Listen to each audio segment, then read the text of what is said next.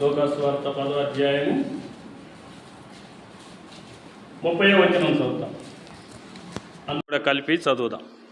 అందుకు యేసు ఇట్లనెను, ఒక మనుష్యుడు యెరూషలేము నుండి యెరికో పట్టణం దిగి వెళ్ళుచు దొంగల చేతిలో చిక్కెను. వారు అతని బట్టలు దోచుకొని అతన్ని కొట్టి కొరప్రాణముతో విడిచిపోయిరి. ప్రార్థన చేస్తాం. పరిశుద్ధుడు అయిన మా తండ్రి, ప్రేమ కలిగిన మా దేవ, మీ పాదములకు వందనాలు స్తోత్రాలు చెల్లిస్తున్నాం. ప్రభువా, చదవబడిన ఈ లేఖనం నుండి మరికొన్ని తలంపులు ఆత్మీయముగా మేము గ్రహించడానికి మీ యొక్క ఆత్మ సహాయము మాకు అనుగ్రహించమని కోరుతూ వందనములు చెల్లిస్తూ యేసుక్రీస్తు నామమున ప్రార్థించి వేడుకుంటున్నాము తండ్రి, ఆమేన్. సమయంలో మనం చదివినటువంటి ఈ రెండు భాగాల్లో ఇది మనం చదివినటువంటి హగ్గై 1:8 కానీ, ఆ తర్వాత మరి జకర్యా 4:6 కానీ మనం చూస్తూ వచ్చినామంటే ఇది భౌతికమైనటువంటి యెరూషలేము మందిరమును గూర్చి చెప్పబడినటువంటి మాటగా మనం వింటూ వచ్చాం. ఆ తర్వాత గలతీ పత్రిక 2వ అధ్యాయం 20వ వచనంలో మరి పైనున్న యెరూషలేము మరి స్వతంత్రత కలిగినది, తర్వాత అది తల్లి అని మనం చూస్తూ వచ్చాం. అదే రీతిగా ఈ సమయంలో మరి లూకాసు వార్త 10వ అధ్యాయము 30వ వచనంలో చదివినట్టుగా యెరూషలేము నుండి యెరికోకు.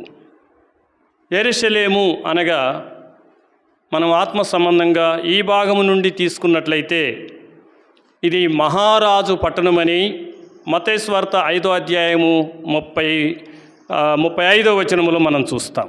చూడండి, మత్తయి సువార్త 5వ అధ్యాయము 35వ వచనం.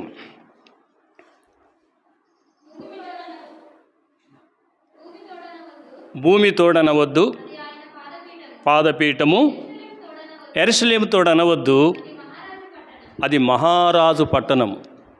ఏ పట్టణం ఇది? మహారాజు పట్టణము అన్నమాట. మహారాజు పట్టణంలో ఎవరుంటారు? మహారాజు గారు ఉంటారు. మహారాజు గారి దగ్గర ఎవరుంటారు? యువరాణులు, యువరాజులు ఉంటారు. వాళ్ళ కొడుకులు, బిడ్డలు ఉంటారు. పరలోక రాజ్యములో మన ప్రభువు ఆయన ఆసీనుడై ఉన్నప్పుడు ఆయన దగ్గర మరి నీవు నేను మనమందరం కూడా ఉండేవారము అనేది ఈ భాగము నుండి మనం గ్రహించవలసినటువంటి విషయము. అయితే ప్రియులారా, గమనించండి, మరి యెరూషలేము తల్లి, అక్కడ స్వతంత్రత ఉంది. పరలోక రాజ్యములో మనకు సర్వ స్వాతంత్రత ఉంటుంది. ఆ తర్వాత మహారాజు పట్టణంలో మరి ఆ మహారాజుకు సంబంధించిన కుమారులు కానీ కుమార్తెలు కానీ మరి ఎంతో ధీమాతో ఉంటారు. తల్లిదండ్రుల దగ్గర కుమార్తెలు ఎలా ఉంటారు? భయపడకుండా ఉండరు. వాళ్ళు మా అమ్మ నాన్న అని ఎంత ధైర్యంగా ఉంటారో మనకు తెలుసు. అలాగనే పరలోక రాజ్యములో మన ప్రభు దగ్గర మనం కూడా అలాంటి ధైర్యంతో ఉంటాం. అది ఏంటిదంటే మహారాజు పట్టణము, ఆత్మీయమైనటువంటి విధంగా. భౌతికముగా యెరూషలేము, ఆత్మ సంబంధంగా మనం గమనించినప్పుడు ఇది మరి మహారాజు పట్టణమై ఉంటుంది. ఆ పట్టణంలో నీవు నేను ఉండవలసినటువంటి వారముగా ఉంటూ ఉన్నాం. అలాంటి పరిస్థితుల్లో మరి మనం గమనించినట్లయితే ఒక వ్యక్తి ఆ యెరూషలేము నుండి దిగి ఎక్కడికి వెళ్తున్నాడట? యెరికోకి వెళ్తూ ఉన్నాడు. గమనించాలి, మరి ఒక వ్యక్తిని దేవుడు రక్షించినప్పుడు ఆ మహారాజు పట్టణంలో ఉండవలసినటువంటి వాడు మరి దిగిపోవడం అనేది ఆత్మ సంబంధంగా మనం గమనించినప్పుడు రక్షింపబడి ఆ తర్వాత ఆత్మ సంబంధంగా జీవించి తిరిగి మహారాజు పట్టణమును విడవడము, సంఘమును విడవడము, ఆత్మ సంబంధమైన సావాసాన్ని విడవడము అనేది మన ఆత్మీయతకి ఎంతో నష్టము అనేది మనం ఈ భాగంలో గుర్తించవలసినటువంటి వారంగా ఉండాలి. అయితే ఇక్కడ గమనిస్తే ప్రభు మనల్ని రక్షించాడు. అయితే మనము ఉండవలసినటువంటి స్థలము నుండి మరి ఒక స్థలానికి, యెరూషలేము నుండి, మహారాజు పట్టణము నుండి ఎక్కడికి వెళ్తున్నాడు ఈ వ్యక్తి? యెరికోకి వెళ్తూ ఉన్నాడు. ఇతనికి ఇచ్చిన ఆధిక్యత ఎంత! మహారాజు పట్టణంలో యువరాజుగా ఉండవలసినటువంటి వ్యక్తి దిగిపోవడము.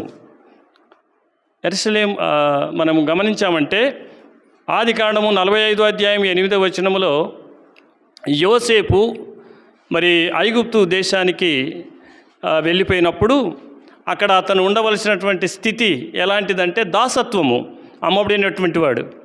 చాలా భయంకరమైనటువంటి పరిణామాలను ఎదుర్కొన్నాడు. ఆ స్థలములో ఉన్నప్పుడు అతను ఎలాగున్నాడు అనంటే ఫరోకు తండ్రిగా ఉన్నాడు. ఫరోకు ఎట్లున్నాడు? తండ్రిగాను,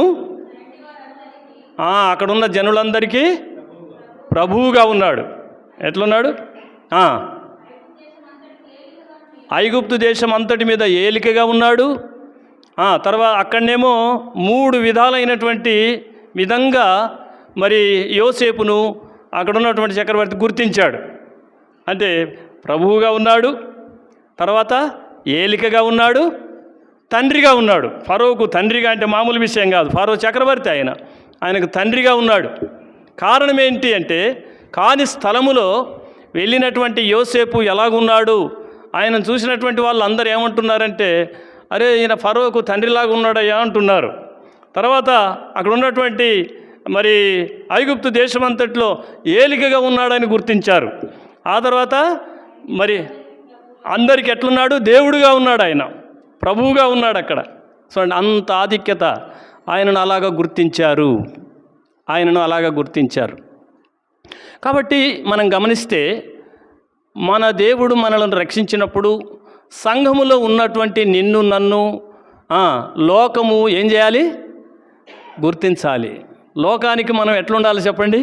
ప్రభువులముగా ఉండాలి, తండ్రులముగా ఉండాలి, తర్వాత ఏలికగా ఉండాలా, లోకంలోనే కనపడాలా మన స్థితి.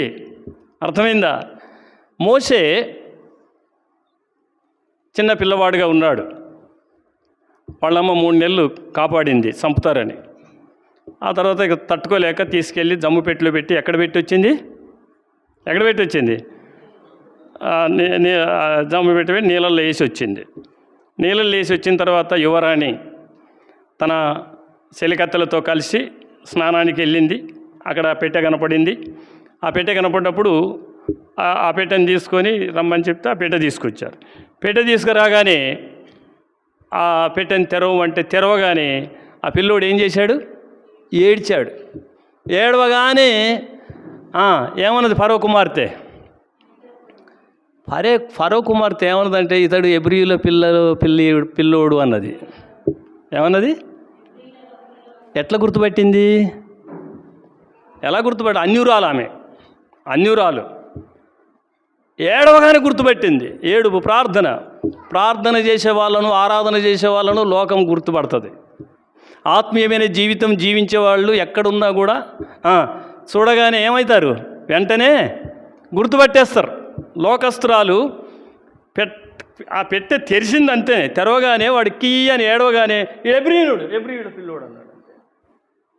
ఆ చిన్న పిల్లోని ఎలా గుర్తుపట్టగలిగింది అంటే వాని చెంపకు సుక్క లేదు, నల్లబొట్టు లేదు, నల్ల సుక్క లేదు, వానికి నొష్టికి నల్లబొట్టు జిట్టిది లేదు, ఆ తర్వాత కాలుకు నల్ల తాడు లేదు, మొలకు తాడు లేదు, ఏమి లేవు. చూసింది. మాకైతే అన్నీ ఉంటాయిగా, మాకైతే ఏముంటాయి? అన్నీ ఉంటాయి. కాబట్టి వీడికి ఇవన్నీ లేవు. కాబట్టి ఇప్పుడు ఎవరితను? ఎబ్రీయుల పిల్లోడని గుర్తుపట్టగలిగింది.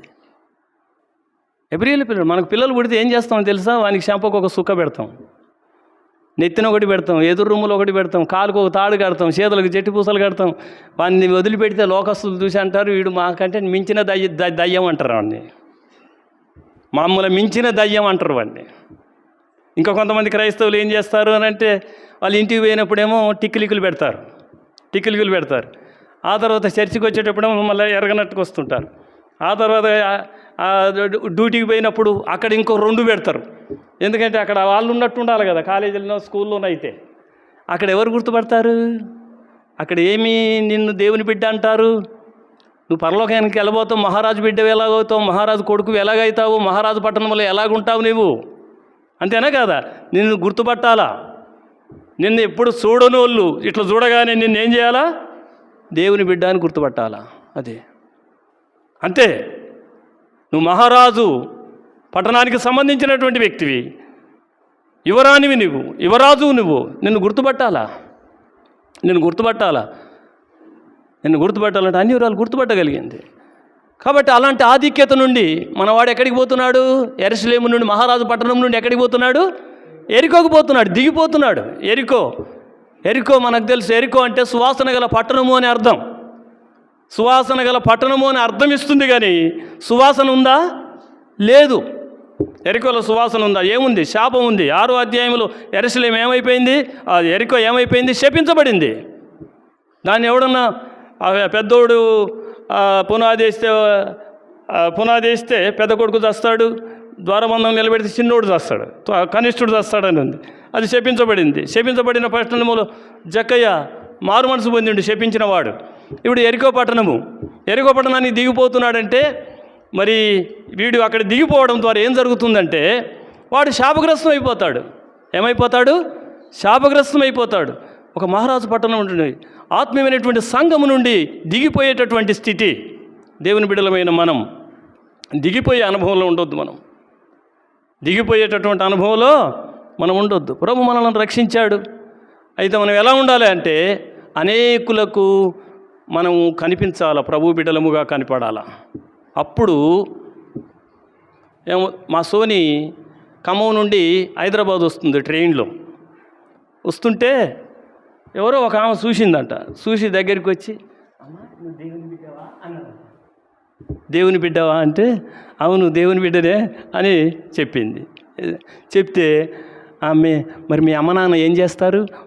మా అమ్మ నాన్న సేవ చేస్తారు, నువ్వు కూడా చేస్తావా అంటే నేనేం చెయ్యను అని చెప్పేసింది. మా ఆయన ఇట్లా లారీ తోలుతాడు, నేను చెప్పాను. చెప్తే ఆమె 500 రూపాయలు లోటిచ్చి, ఇది మీ డాడీకి ఎవరో ఆమె ఎవరికి ఏమన్నది? మీ డాడీ సేవకుడు కదా, ఈ 500 ఏమన్నదంట. మరి ఎట్లా గుర్తుపట్టింది? ఆమె కూడా లోకస్తురాలుగానే ఉంటే గుర్తుపట్టరు. జాగ్రత్త. ఈ లోకములో మనల్ని గుర్తిస్తేనే ప్రభు బిడ్డలుగా మన ప్రభు రాజ్యములో మనం దొరుకుతాం. లేకపోతే దిగిపోయే అనుభవం మనది. ఇప్పుడు దిగిపోతుంటే ఏమైందట వీడికి? ఎప్పుడైతే దిగిపోతున్నాడో వాడిని మధ్యన దొంగలు ఏం చేశారు? వాడిని పట్టుకున్నారు. పట్టుకొని కొట్టి ఏం దోసుకున్నారు? వాని దగ్గర ఏం దోసుకున్నారు? బట్టలు దోసుకున్నారు. చూడండి, వెళుతూ దొంగల చేతిలో చిక్కెను. వారు అతన్ని పట్టుకొని అతని బట్టలు దోచుకొని ఏం దోసుకున్నారు చెప్పండి? బట్టలు దోసుకున్నారు. ఎవడన్నా బట్టలు దోసుకుంటాడా? ఎవడన్నా దొంగోడు పోతుంటే సెల్ ఫోన్ అన్నది తీసుకుంటారు. ఈ కాలం అయితే, ఆ కాలం అయితే బంగారమో ఎండే ఉంటుంది కదా మన మీద, అది గుంజుకుంటారు. లేకపోతే డబ్బులు గుంజుకుంటారు. ఏం దోసుకుంటే ఎంత చెడిపోయినోడు కూడా బట్టలు దోసుకుంటాడా? దోసుకోడు. అంటే అర్థం ఏంటి? వాడికి ఉన్న బట్టలు ఏంటి అంటే వానికి రక్షణ వస్త్రం ఉంది. వాడు ఏం చేసినాడంటే వాని రక్షణ వస్త్రాన్ని దోచేశాడు, వాని రక్షణను దోచేశాడు. వాడు అపవాది సంబంధులు ఏం చేసినారు వాడిని? యెషయా గ్రంథము 61వ అధ్యాయము 10వ వచనం. స్పీడ్గా అర్ధగంట అన్నాడు అన్న. నేను అర్ధగంటలో స్పీడ్గా చెప్పాలి కొన్ని విషయాలు. పెళ్లి కుమారుని రీతిగాను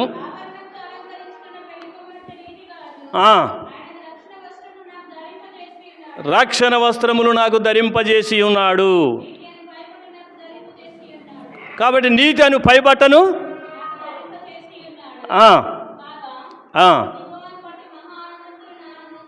చూడండి, ఆయన నీతి అనే బట్టను రక్షణ వస్త్రాన్ని ఇస్తే వీడు ఏం చేసిండు? ఇది వద్దని పోతుండు కదా, దిగిపోయాడు. దిగిపోతే వాడు అపవాది సంబంధులు సాదృశ్యం అన్నమాట. దొంగలు ఏం లాగేసుకున్నారు? వీని రక్షణ వస్త్రం పోయింది, నీతి బట్ట పోయింది. ఇది పోతే ఏముంటుంది? సత్య నరకానికి పోయేది కొర ఊపిరి అంటారు దాన్ని.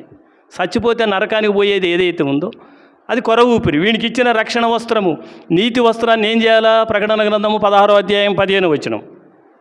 ప్రకటన గ్రంథము 16వ అధ్యాయం 15వ వచనం.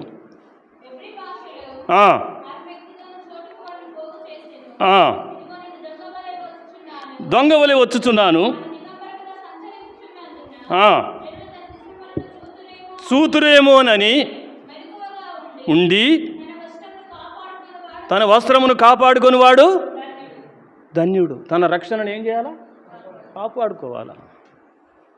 కాబట్టి మహారాజు పట్టణంలో ఉండే నీవు, ఆత్మ సంబంధమైనటువంటి మందిరమైనటువంటి నీవు, భౌతికమైనటువంటి మందిరములో ఆరాధిస్తూ ఉన్నటువంటి నీవు, నీ కొరకై కల్వరి శిలువలో ప్రభు అయిన యేసుక్రీస్తు వారు చేసినటువంటి త్యాగమును గుర్తించి ఆయన శరీరంలో రక్తంలో పాలు పంపులు కలిగి ఉండడానికి బదులు నీవేం చేస్తున్నావంటే, నీవు భౌతికమైనటువంటి పట్టణము ఎరికో, శాపగ్రస్తమైనటువంటి పట్టణం ఆహ్లాదకరంగా ఉంటుంది. శాపగ్రస్తమైనటువంటి ప్రతిది కూడా ఎలాగుంటుందంటే ఆహ్లాదకరంగా ఉంటుంది.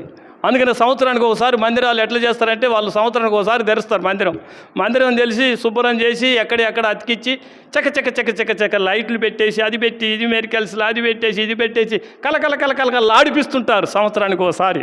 ఇక అది చూసిన వాళ్ళందరూ అబ్బా ఏముందండి ఆడ ఏముందండి అందులోకి పోతే ఇక అక్కడ చెప్పలేమండి అంటాడు. సంవత్సరానికి ఒకసారి జరుగుతుంది అది. ఇది 52 వారాలు జరిగేది ఉండదు అక్కడ. అర్థమైందా? దాన్ని చూసి ప్రజలు భ్రమపడుతూ ఉంటారు. అక్కడ వాళ్ళకి రక్షణ తెలియదు, రక్షణ వస్త్రం తెలియదు, నీతి పట్ట తెలియదు, ఆత్మీయమైనటువంటి స్థితి ఉండదు, మహారాజు పట్టణం తెలియదు. అర్థమైందా? ఆ పరలోకములో ఉన్నటువంటి పైన ఉన్నటువంటి యెరూషలేము అది తల్లి, అక్కడ స్వతంత్రత ఉందని తెలియదు. కాబట్టి ఇక వాళ్ళు సంవత్సరాంతం ఇష్టం వచ్చినట్టు బ్రతుకుతారు. దాన్ని ఆశించినటువంటి వ్యక్తి ఏమైపోయినాడు ఇప్పుడు అంటే, పోతుంటే ఆ రక్షణ అనే వస్త్రం పోయింది, నీతి అనే పైబట్ట దోచుకోబడింది. వాడు బట్టను కాపాడుకోలేకపోయినాడు, తన రక్షణను తన నీతిని కాపాడుకోలేనటువంటి స్థితి. మనం చాలాసార్లు ఎలాగుంటామంటే, మన నీతి అనే బట్టను, రక్షణ వస్త్రాన్ని కాపాడుకోలేనటువంటి పరిస్థితి ఉంటుంది. పరిస్థితులు అలా అలా సంభవిస్తూ ఉంటాయి. ఆ వస్తున్నటువంటి పరిస్థితులను చూసి మనం ఏమవుతామంటే, లోకములో మనం కూడా ఒక విధంగా ఉంటే మంచిది, కానీ లేకపోయినట్లయితే మనలను మరి ఎవడు కూడా లెక్క చేయడు. కాబట్టి మనం ఇట్లా ఉంటే మంచిది అనే విధంగా దిగిపోయేటటువంటి జీవితం ఇది. ఏ జీవితం చెప్పండి? దిగిపోయేటటువంటి జీవితం. మన పిల్లల విషయంలో మోషేను గుర్తుపెట్టారు. నీ పిల్లలు ఎలాగున్నారు, మనం ఎలాగున్నాము పరీక్షించుకోవాలి. ప్రభు బలలోనికి వెళ్ళకముందు దోచుకోబడ్డాడు. కొర ప్రాణం అంటే అర్థం ఏంటిది? చనిపోతే నరకానికి వెళ్ళిపోయేదానికి గుర్తుంది. అర్థమైందా? అయితే ఇప్పుడు ఏం జరిగిందంటే, ఇంకా అక్కడ పడిపోయినాడు. అక్కడ ముగ్గురు వ్యక్తులు వస్తున్నారు. ఎవరెవరు? స్పీడ్గా చదవాలా. ఆ యాజకుడు వచ్చినాడు. ఈయన సంవత్సరానికి ఒకసారి అందులోకి పోయి వచ్చేటోడు. చూసి ఏం చేసిండు? పక్కకి వెళ్ళిపోయినాడు. ఆయన వచ్చినాడు, ఆయన కూడా ప్రక్కంగా పోయినాడు. ఇప్పుడు ఒక సమరయుడు వచ్చినాడు. ఆ సమరయుడు వచ్చేసి చూసిండు. చూడంగానే ఏమొచ్చింది? ఇతనికి జాలి వచ్చింది. సహోదర ప్రేమ అంటారు దీన్ని. జాలి వచ్చింది. మనం చూస్తాం కానీ జాలి వస్తుంది కానీ దగ్గరికి పోం. జాలి వచ్చి దగ్గరికి పోతే అందించాలి కదా ఏమన్నా కదా. మనకు జాలి వస్తుంది కానీ దగ్గరికి పోం. ఒకవేళ పోయినామనుకో చదువు. ఇప్పుడు చూడండి, జాలి వచ్చింది, దగ్గరికి పోయాడు, నూనెయు ద్రాక్షారసమును పోసి. చూడండి, ఇక్కడ మరి కొన్ని కార్యాలు చేస్తున్నాడు. మనం ఆ టైం తీసుకోలేము. మనం ఆ టైం తీసుకుంటాం. ఎవడన్నా కింద పట్టాడు అనుకో, వాని దగ్గరికి పోతాం, 108కి ఫోన్ చేయాలా, మళ్ళీ వాడంటాడు వచ్చిందానికి ఉండమంటాడు, ఉండాలా, నెంబరు, సంతకం పెట్టాలా, ఇదంతా నాకెందుకు, సత్య సావనీలే అని పోతాం. మనం రిస్క్ తీసుకోం. మనకు రిస్క్ ఉండదు. మనకు రిస్క్ అంటే ఇష్టం ఉండదు. మనకి శ్రమ పడడం మనకు ఇష్టం ఉండదు. ఇబ్బంది పడడం, నేను సెలవ వేయబడుతున్నాను అన్నాడు, మనకి ఇష్టం ఉంటుందా? మనకి ఇష్టం ఉండదు. అయితే ఇప్పుడు ఈ సమరయుడు జాలి వచ్చింది, జాలి రాగానే దగ్గరికి వచ్చినాడు. దగ్గరికి వచ్చి ఊకోలేదు కానీ ఏం చేసినాడట? నూనె దేనికి గుర్తు? నూనె దేనికి సాదృశ్యము? విశ్వాసానికి గుర్తు. అభిషేకానికి, పాత నిబంధన కాలంలో అభిషేకానికి గుర్తు, కొత్త నిబంధనలోనికి వచ్చినాక విశ్వాసానికి గుర్తు. దానికి కూడా అక్కడ కూడా గుర్తే. అర్థమైందా? ఇప్పుడు రెండవ రాజుల గ్రంథం 4వ అధ్యాయంలో విధవరాలైనటువంటి స్త్రీ 2 కుమారులను వాడు ఎత్తుకొని పోతానన్నాడు అప్పు ఇచ్చినోడు. అయితే ఎలీషా దగ్గరికి వచ్చి ఫిర్యాదు చేసింది. ఎలీషా గారు చెప్పినారు, నీ ఇంట్లో ఏముందమ్మా అన్నాడు. అంటే నూనె కుండ ఉన్నది అన్నది. ఏ కుండ ఉందట? ఉన్నదో లేదో నూనె, కానీ కుండ ఉంది, అది నూనె కుండ. నూనె ఉన్నా లేకున్నా నూనె కుండని ఏమంటారు? నూనె కుండే అంటారు. అన్నం ఉన్నా లేకున్నా అన్నం కుండని ఏమంటారు? అన్నం కుండే. కూర ఉన్నా లేకున్నా ఏ కుండ అంటారు? కూర కుండే. అర్థమైందా? కాబట్టి నూనె కుండ, ఇది హృదయము కుండ, హృదయాన్ని చూపిస్తుంది. విశ్వాసము నూనెను చూపిస్తుంది. నీ ఇంట్లో ఏముందంటే అన్నాడు, నూనె కుండ ఉంది అంటే విశ్వాసముతో కూడిన హృదయం ఉంది నా దగ్గర అని చెప్పగలిగింది. 4వ అధ్యాయం తర్వాత చదువుకోండి. చెప్పింది. చెప్తే అమ్మ మీరు ఇంటికి వెళ్ళి రూమ్లోకి పోయి నీ కొడుకులను పెట్టుకొని, ఎవరిని పెట్టుకోవాలా? నీ కొడుకులను రూమ్లో పెట్టుకొని మీరేం చేస్తారంటే అక్కడ చుట్టుపక్కల ఉన్న వట్టి కుండలు తీసుకొచ్చి ఈ నూనె అంతా ఏం చేయమన్నాడు? ఆ నూనెలో ఆ కుండలలో పోయమన్నాడు. ఒక్క కుండలో ఉన్న నూనె 10 కుండలలో పోస్తే నిండుతుందా? నిండదు కదా. మరి ఎట్లా నిండింది? ఇది విశ్వాసం. నీలో విశ్వాసం ఉంటే నీవి ఇంటికి నీ పిల్లలను ఏం చేయాలి? ఇంట్లో కూర్చోబెట్టుకొని ఏం చేయాలి? నీలో ఉన్న విశ్వాసాన్ని నీ పిల్లలకు నింపాలా. నువ్వు విశ్వాసం అయితే నీ పిల్లలు గజ దొంగలైతే ఎట్లుంటుంది? నీ పిల్లలు తిరిగిపోతుంది. మీ పిల్లలు ఎంతమందిని తీసుకొచ్చారు మందిరానికి? రాజు నీ పిల్లలు తీసుకొచ్చావా? నీ 3 కొడుకులు తీసుకురాలే చూడు, వాళ్ళు ఏమైపోతారు? వాళ్ళు అక్కడ తిరుగుతూ ఉంటారు. మీరు వచ్చారు కదా, వాళ్ళు తిరుగుతుంటారు. తిరిగి ఏమవుతారు? నీ మెడ కూర్చోబెడతారు లాస్ట్కు. గజ దొంగన్న అవుతాడు. లేకపోతే రాజు నాకు చాలా ప్రియమైనడు కనుక నేను రాజుని అంటున్నాను, మళ్ళీ ఎవరినన్నా కష్టం. అర్థమైందా? కాబట్టి ఏం చేయాలా? నీ పిల్లల్ని నువ్వు కూర్చోబెట్టుకొని, ఆమె కూర్చోబెట్టుకుంది, ప్రార్థన చేసింది, ఒట్టి కుండలన్నీ తెచ్చి నింపేసింది. తనకున్న విశ్వాసాన్ని, మనకున్న విశ్వాసాన్ని ఏం చేయాలా? ఇతరులలో నింపాలా. అర్థమైందా? ఇప్పుడు వీడు ఏం పోగొట్టుకున్నాడు? విశ్వాసం పోయింది వీడికి. ఇప్పుడు విశ్వాసం పోయింది కనుక ఏం పోయింది? రక్షణ పోయింది. రక్షణతో పాటు ఏం పోయింది? నీతి పోయింది. నీతి తప్పినోడు కోతి కంటే పాడన్నారు. ఇప్పుడు నీతి పోయింది అంది. ఇప్పుడు ఏం చేయాలి? వాడు పడున్నాడు అంతే. ఇప్పుడు సమరయుడు వచ్చాడు, నూనె పోశాడు. నూనె పోయటం అంటే అర్థం ఏంటంటే 104వ కీర్తన 15వ వచనం. 104వ కీర్తన 15వ వచనం. అందుమూలమున నరుల హృదయమును సంతోషపెట్టు ద్రాక్షారసము ముఖానికి ఏమిస్తుందట? ఇది తైలము, మెరుపునిచ్చు తైలము, మెరుపునిస్తుంది. ఈ తైలం పోసిండంటే రక్షణ పోయినోనికి, నీతి తప్పినోనికి, రక్షణ లేనోనికి ముఖంలో ఎట్లుంటుంది? ముఖం మాడిపోయి, అర్థమైందా? పెంక కనుక పొయ్యి మీద పెడితే పెంక ఎట్లా నల్లగా అవుతుందో 24వ నెంబర్ చింతపండు నేనున్నట్టు ఉంటుంది ముఖం. అర్థమైందా? రక్షణ లేకపోతే, నీతి లేకపోతే. ఇప్పుడు ఆ తైలం ఏం చేస్తుంది? ఎందుకు పోశాడు సమరయుడు? నూనె పోశాడు అంటే అర్థమైంది. నూనె పోస్తే ఏమొస్తుంది? ముఖములో ఏమొస్తుంది? కళ. ముఖములో ఏమొస్తుంది? నెహెమ్యా గ్రంథం చూడండి. ఇక్కడ మనం ఇంకొక తలంపు మనం గమనిస్తాం. ఇక్కడ 11వ అధ్యాయము 2వ వచనం స్పీడ్గా. 11:2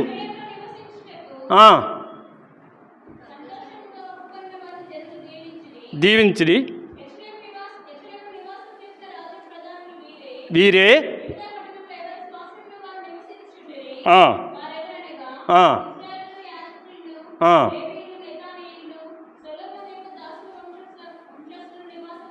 అరే 26వ వచనమా 26వ వచనమా లేకపోతే 6వ వచనం చదువు. 11వ అధ్యాయంలో, నెహెమ్యా గ్రంథం 11వ అధ్యాయంలో అమ్మా 10:39 చదవండి.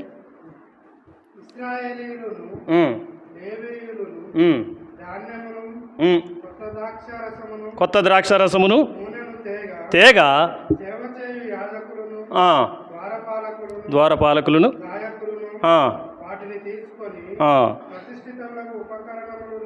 సరే ఇప్పుడు ఇక్కడ ఈ నూనె ద్రాక్షరసం ఏం చేస్తుంది? ఇశ్రాయేలు ప్రజలకు మేలును చేకూరుస్తుంది, మేలును, ఆనందాన్ని ఇస్తుంది, సంతోషాన్ని ఇస్తుంది, సంతృప్తినిస్తుంది. కాబట్టి ఇప్పుడు రక్షణ పోతే వాని ముఖం మాడిపోద్ది. ఇప్పుడు ఈ తైలము పోయడం ద్వారా ఏమొచ్చేసింది? తైలం పోస్తే ముఖము మెరుగొచ్చేసిందట. ఏమొచ్చేసిందట? ముఖములో కళ వచ్చింది. ముఖములో ఏమొస్తుంది? కళ వస్తుంది.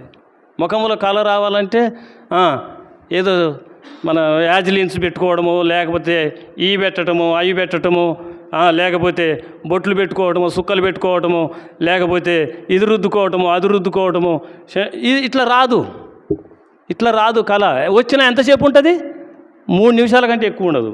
అదేమైపోద్ది? మళ్ళీ యథాస్థాయిలోనికి వెళ్ళిపోద్ది. ద్రాక్షారసం ఏమిస్తుంది? సంతోషాన్ని ఇస్తుంది. ద్రాక్షారసం ఏమిస్తుంది?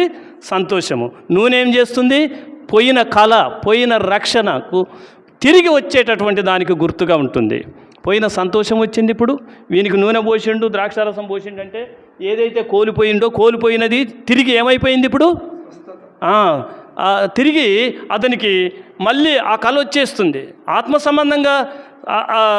సంబంధంగా ఏమైపోయినాడంటే స్వస్థత పోయింది వాడికి. ఇప్పుడు ఆత్మ సంబంధమైన స్వస్థత కావాలి. భౌతికంగా అక్కడ కొట్టబడ్డాడు అని అంటే అర్థమైంది, ఆ రక్షణ పోయింది, నీతి పోయింది. ఇప్పుడు నూనె ద్రాక్షరసం పోయడం ద్వారా తిరిగి ఏమైపోయింది? ఆత్మ సంబంధమైన స్వస్థత అతనికి వచ్చేసింది. ఆత్మ సంబంధమైనటువంటి స్వస్థత వచ్చింది. అంతటితోనే అయిపోలేదు. కానీ అతను ఏం చేశాడంటే చూడండి, మరి ద్రాక్షరసం పోసి అతని గాయములను కట్టి తన వాహనం మీద ఎక్కించి, ఇప్పుడు చూడండి మళ్ళీ అంతటితోనే అయిపోలేదు. కానీ ఆ వ్యక్తిని ఎక్కడికి ఒక వ్యక్తికి సువార్త చెప్తే, ఒక వ్యక్తికి వాక్యం అందిస్తే ఆ వ్యక్తిని నువ్వు అనుక్షణం పరామర్శన చేయాలి. ఆ తర్వాత అతనితో సావాసం చేయడానికి, ఒకవేళ అతను కొన్నిసార్లు తృణీకరించినా కూడా వెళ్ళడానికి.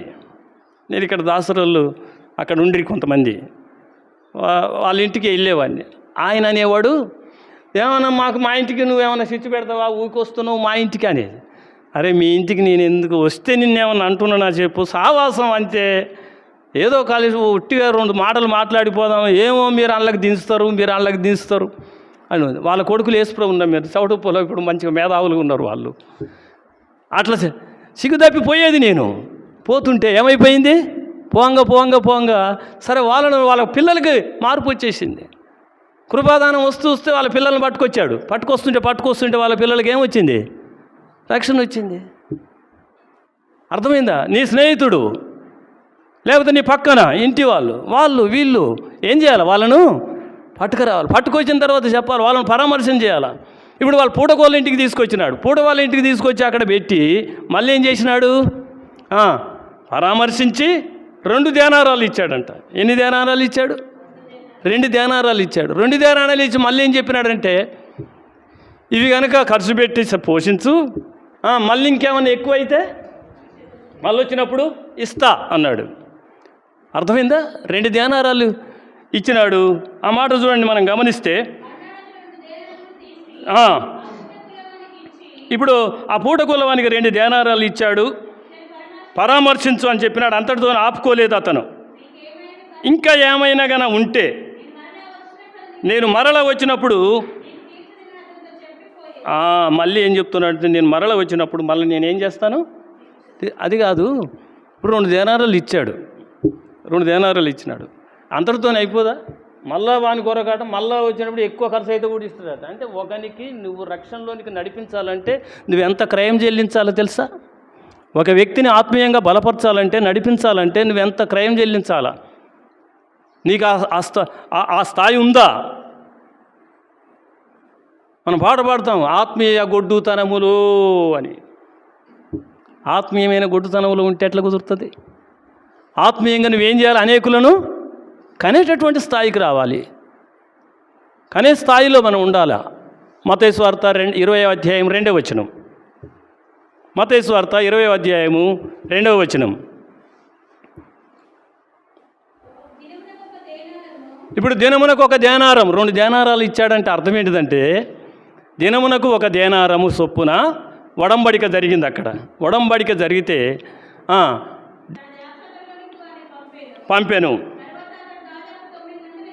సరే, ఇప్పుడు ఇక్కడ 3-4 వర్గాలు ఉంటాయి. మొదట వచ్చినోడు, రెండో వచ్చినోడు, అట్లా వచ్చినోడు. అయితే ఇక్కడ దినానికి ఒడంబడికి ఎంత? 2 దేనారాలు. దినానికి 1 దేనారం చొప్పున దినానికి 1 దేనారం అంటే మనోడికి ఎన్ని దేనారాలు ఇచ్చాడు? 2 దేనారాలు ఇచ్చాడు. 2 దేనారాలు ఇస్తే 2 దేనారాలు ఎన్ని దినాలను చూపిస్తుంది? 2 దినాలను చూపిస్తుంది. 2 దినాలను చూపిస్తుంది. చివరిగా ఇంకొక మాట చూస్తాం. ఇప్పుడు 2వ పేతురు పత్రిక 3వ అధ్యాయము 8వ వచనం. ప్రియులారా, ఒక సంగతి మర్చిపోకడి, ఏమనగా ప్రభు దృష్టికి 1 దినము 1000 సంవత్సరాలు.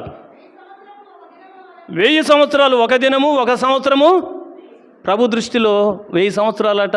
ఎన్ని దినాలు? 1 దినం. ప్రభు దృష్టిలో 1 సంవత్సరం 1000 దినాలు అయితే, 1000 దినాలు 1 సంవత్సరం అయితే 2 దేనారాలు ఇస్తే ఎన్ని సంవత్సరాలు అవుతుంది? 2000 సంవత్సరాలు అవుతుంది 2 దేనారాలకి. యేసు ప్రభు వచ్చి 2000 సంవత్సరాలు అయిపోయింది ఇప్పటికి. ఎన్ని సంవత్సరాలు అయిపోయింది? 2000 సంవత్సరాలు అయిపోయింది. ఇంకేమన్నా ఎక్కువ ఉంటే నేను మళ్ళీ ఇస్తాను. ఎప్పుడైనా మనం కొట్టు దగ్గరికి వెళ్ళినప్పుడు 10 రూపాయల వస్తువుకి 8 ఇచ్చి 2 తర్వాత ఇస్తానంటాం, కానీ 2 ఇచ్చి 8 ఇస్తానంటామా? వాడిని ఏమంటారంటే ఈయన పాగలుగాడు అంటారు. 2 రూపాయలు ఇచ్చి 8 రూపాయలు తర్వాత ఇస్తా అంటే, ఆయన అన్నాడు నీకు 2 దేనారాలు ఇస్తున్నా, ఇంకేమన్నా ఖర్చు చేస్తే నేను మళ్ళీ వచ్చినప్పుడు ఇస్తా అంటే ఎక్కువ ఇస్తాడా తక్కువ ఇస్తాడా? తక్కువ కదా, తక్కువ ఇస్తాడు. ఫస్టే 2 ఇచ్చినాడు కదా, 2 ఇప్పుడు తక్కువ ఇస్తాడు. ఇప్పుడు మనం 25లో ఉన్నాం. మనం ఇప్పుడు 25లో ఉన్నాం. 2000 అయిపోయినాయి. ఇప్పుడు 2025 ఏమన్నా ఎక్కువ అయితే ప్రభు రాకడా ఇప్పుడు ఎట్లుంది చెప్పండి? ఇప్పుడు చాలా దగ్గరగా ఉంది. ఎట్లుంది చెప్పండి? చాలా దగ్గరగా ఉంది. కాబట్టి ఇప్పుడు ఆయన మధ్యాకాశంలోకి వచ్చినాడు అనుకో, అయిపోతుంది, బాకీ తీరిపోద్ది. అర్థమైందా? 2000 సంవత్సరాలు అయిపోయినాయి. అయితే ఇప్పుడు ప్రభు రాకడ సమీపంగా ఉంది. ఏమన్నా ఎక్కువైతే అన్నాడు, ఇప్పటికి 25 రూపాయలు అయినాయి, 25 అయినాయి ఇప్పుడు. అర్థమైందా? కాబట్టి ప్రియులారా గమనించండి, నీ జీవితంలో దేవుడు 2000 సంవత్సరాలు పొడిగించాడు. 2000 సంవత్సరాలు అయిపోయినాయి. అయితే ఇంకా మిగిలింది తక్కువ సమయం. ఈ తక్కువ సమయంలో నీవు ఒకవేళ కోల్పోయిన దానిని నేటి దినాన ఏం చేయాలా? ఆ విశ్వాసాన్ని కలిగి ఉండాలి. పోయిన నీతి తిరిగి రావాలి, పోయిన రక్షణ తిరిగి రావాలి. ఒక వ్యక్తి కొరకు నీవు సమరయుడు పడిన పాటుపడాలా. విశ్వాసులైన మీ సేవకులనే కాదు, విశ్వాసులైనా సరే, ఎవరైనా సరే, ప్రతి ఒక్కరికి బాధ్యత ఇది. ప్రతి ఒక్కరు బాధ్యత వహించాలా. నీ ఇంటి పక్కన ఉన్నా, ఇంటి అనుకున్నా, ఏదున్నా, అటున్నా ఇటున్నా. ఇస్మాయిల్పేటకి పోతే గాబ్రియేలు ఆయన పాస్టర్, అప్పటికే ఆయన పాస్టర్. ఆయన అర్థమైందా? ఆయన ఇంటికి తీసుకుపోయాడు సైమన్ అంటూడు. తీసుకెళ్తే ఆయన నాకు ఇంత పొడుగు చెప్పిండు నీతులు, ఇంత పొడుగు నీతులు చెప్పిండు. పక్కనే గౌన్లో నీళ్ళు ఉంది. పొద్దుగానే సీసకల్లా ఆయనకు మళ్ళీ బైబుల్ బోధ. నేను రక్షణ సువార్త చెప్పాను ఆయనకి. అయితే మరి చర్చికి పోరా అంటే, మీ చర్చికి పోం, మాకు బైబిల్ కూడా అవసరం లేదు, అంతా మా అయ్యగారే చూసుకుంటాడు. ఎవరు? ఆ యాజకుడు లేవి పోయిర్రుగా పక్క మట్టి వేషం వేసుకొని పోతారన్నమాట వీళ్ళు. నిలువు టంగి తొడుక్కొని, నల్ల రిబ్బన్లు కట్టుకొని, నల్ల తాళ్ళు వేసుకొని, ఎర్ర రింగు పెట్టుకొని, టోపి పెట్టుకొని, సంవత్సరానికి ఒకసారి ఆడు మొత్తం ఒక పెద్ద తాడు నడుంకు కట్టి ఇక అందులోకి దోలుతారు. అతి పరిశుద్ధ స్థలంలోకి దోలితే ఈయన పోతాడు. గంట ఉంటుంది, గంట పోతుంటే గలగల గలగల అనాల. ఆయన అక్కడ బలి అర్పిస్తున్నప్పుడు గలగల గలగల అని శబ్దం రావాలా. ఆ శబ్దం బంద్ అయిందనుకో, మున్సిపాలిటీ కుక్కని గుంజినట్టు గుంజుతారు అల్లంగా. శబ్దం పోతే అయిపోయినట్టే. ఈయనలో ఏదైనా లోపం ఉంటే పోయినట్టే. ఈయన లోపాన్ని ఏం చేస్తాడు? ఈయన సేవలో చెప్తాడట. ఆయన గాబ్రియేల్ అంటాడు, ఏక్సామ్ అంటారు అక్కడ ఆయనని. ఏక్సామ్ అనే దానికి బదులు ఏక్సామ్ అంటారు. ఆయన పెట్టి సేవలో చెప్తే చాలాట. అట్లా కాదు. అప్పుడు యెషయా గ్రంథం 66వ అధ్యాయం 13వ వచనం చూపించా. ఒకని తల్లి ఆదరించినట్లు వాడిని యెరూషలేములో మీరు ఆదరించబడతారని దేవుని వాక్యం ఉంది. మందిరానికి పోవాలన్నా నువ్వు, మందిరానికి వస్తే ఆశీర్వదించబడతావు. తెల్లారే వచ్చిండు, ఏం రాదన్న ఉండనుకుంటా. అప్పుడు తెల్లారే వచ్చిండు. నెక్స్ట్ వీక్ సాక్ష్యం చెప్పిండు, నేను నిన్ననే పుట్టినా అని. నిన్ననే పుట్టినా అని చెప్పాడు. అర్థమైందా? ప్రియులారా గమనించండి. దగ్గర రానియట్లే మమ్మల్ని పోయినాడు. నేను పాస్టర్ అంటే దగ్గరికి రానియట్లేడు ఆయన. ఆయన ట్రైనింగ్ పాస్టర్ అట. చాలా జాగ్రత్త. మధ్యాహ్న కాల సమయంలో ప్రభు ఇచ్చిన సమయం అయిపోయింది. ఏ క్షణంలో ప్రభు వస్తాడో తెలియదు. కాబట్టి ఏం చేయాలా? ప్రభువును కోల్పోయిన దాన్ని, కోల్పోయిన విశ్వాసాన్ని, కోల్పోయినటువంటి నీతిని, అర్థమైందా? ఈ మధ్యాహ్న కాల సమయంలో ప్రభువా, నిజంగా నేను కొంతకాలము ఇట్లా ఉన్నాను, అయితే తిరిగి నాకు లేఖనం ద్వారా నాతో మాట్లాడుతూ వచ్చావు, అయితే నన్ను ఈనాడు ముద్రించుము. సమరయుడు ఎలాగ చేశాడు?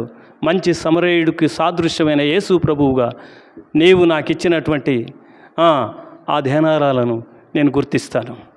ఆయన ఇచ్చిన విశ్వాసమును గూర్చి నాకు ఇచ్చిన విశ్వాసమును బట్టి నాకు ఇచ్చిన నీతిని నేను నెరవేరుస్తాను అని ప్రభు దగ్గర పశ్చాత్తాపడు. అప్పుడే ప్రభు బలలో పాలు పొందితే నీకు మేలు, నీకు మరి ఆశీర్వాదము. అంతేగాని ఏదో నా ఇష్టం వచ్చినట్టుగా ఉంటాను, ఏ బాధ్యత లేకుండా ఉంటాను, ఇంటి వెనకోడు చస్తేంది, ఇంటి ముందోడు చస్తేంది, నా స్నేహితుడు చస్తేంది, ఎవడు నరకానికి పోతే నాకేందిలే, నేను ఒక్కని పోతా, నా కడుపు నిండితే దరిద్రం భాషే, ఎవడెటు పోతే నాకేందిలే, నేను ఎవరిని పట్టించుకోనన్నా, అండ్లకు పోతా కూర్చుంటా వస్తా, గొప్పతనం అనుకుంటారు. అది అందులోకి పోతారట వస్తారట, అంతే. ఇంకెవరి సీకు చింత ఏముండదట, ఎవరి గురించి పట్టి ఉండదు. అది కాదు సహోదర ప్రేమ కాదు, అది కిరీటంలో రత్నం కాదు. అది అర్థమైందా? నీవు అనేకులకు ఎట్లుండాలి? మంచి సమరయంలాగా ఉండాలా, మంచి సమరయంలాగా ఉండాలా. ఆ మంచి సమరయుడు ఏమైంది? దొంగల చేతిలో పడ్డ, అపవాది చేతిలో పడ్డోని ఏం చేశాడు? ఇప్పుడు విడిపించేశాడు. సంతోషం వచ్చింది, రక్షణ వచ్చింది. ఆ తర్వాత తన జీవితంలో ఏమైపోయింది? చచ్చిపోతే నరకానికి పోయడానికి ఇప్పుడు ఏమైపోయింది? మళ్ళీ పొడిగించబడింది. ఏమైనా ఎక్కువ ఉంటే మళ్ళీ వచ్చి ఇస్తాన్నాడు. పొడిగించబడింది. వాడు ఆత్మీయంగా బ్రతికించబడ్డాడు.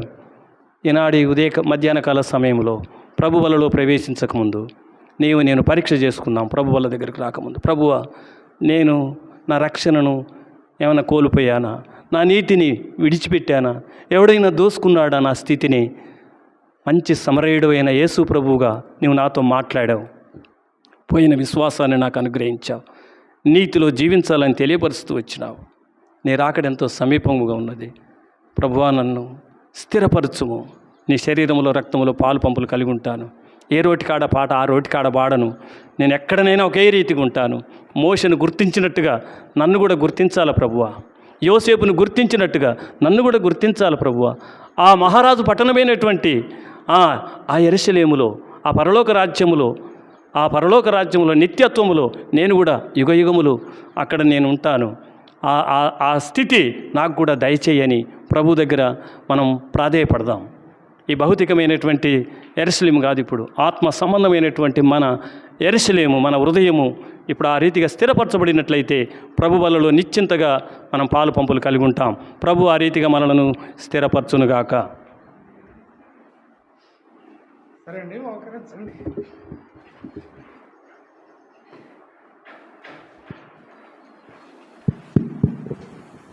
కొన్ని నిమిషాలు వాక్య వెలుగులో పరీక్షించుకొని బలలో పాల్గొందాం.